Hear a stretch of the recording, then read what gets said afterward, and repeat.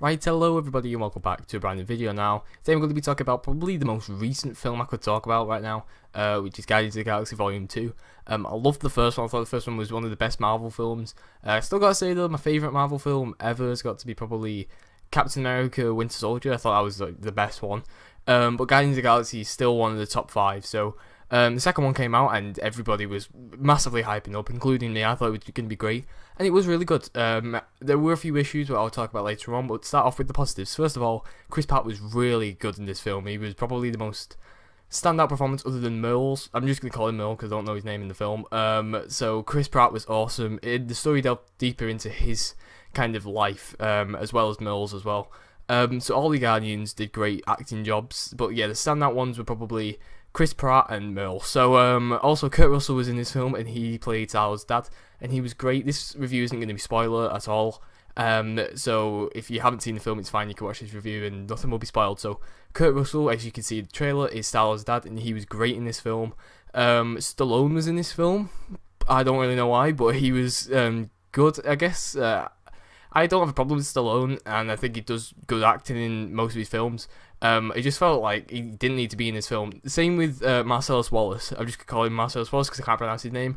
But Marcellus Wallace, although he's an awesome character in Pulp Fiction, he's an awesome actor, I don't understand why he needed to be in this film along with Stallone. I think it was just kind of a cameo, an unnecessary cameo, let's put it that way, but it was still awesome to see them in the film, even though they had literally no relevance in the film.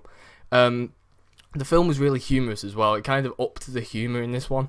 I feel like this film is kind of the way that Evil Dead and Evil Dead 2 happened. It was like the first film is the better film overall, but the second film has better moments. I feel like this film did have better moments. It had funnier moments, had better character progress, I'd say, character development, but there were some problems. So to start off with, the action sequences were a bit taken-ish. There were a bit too many edits in the film, a bit too like close up as well. I couldn't really tell what was going on, and if you're not Paul Greengrass, I'm sure his name is, who did the Bourne films, I don't really know why you're doing it. Like, can you just zoom out a little bit and let me actually see who's fighting who?